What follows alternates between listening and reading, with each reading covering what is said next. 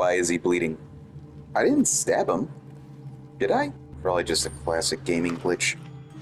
This is probably my favorite district in the game. Mainly because it's so untouched by order, so it's prone to natural chaos. Another great example of the world feeling lived in. Say what you will about Dowd's men, they really made this district their own. I don't know, maybe I'm just weird, but I think it would be fun to live here. Ronaldo, do the job as you were told and do not question my planning again. Yes, the women who meet in the ruins of the Brigmore Manor possess abilities like our own, and they use poisons administered by Dart.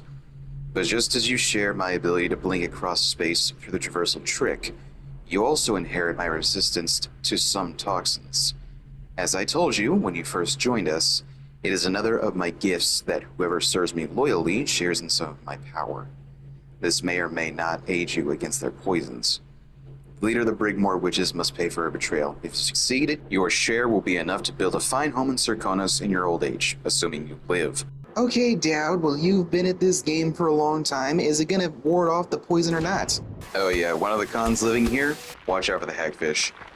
And the river crusts.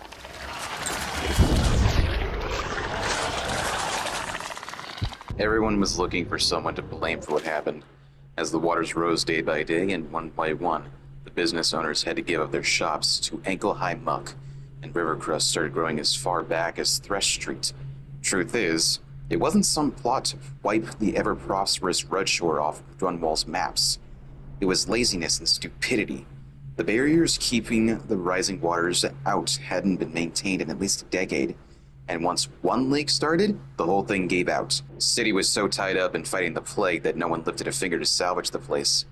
It's been a year now, and living in a place the region's forgotten about has its perks. Exactly what I was saying, aside from the cons that I mentioned. And weepers.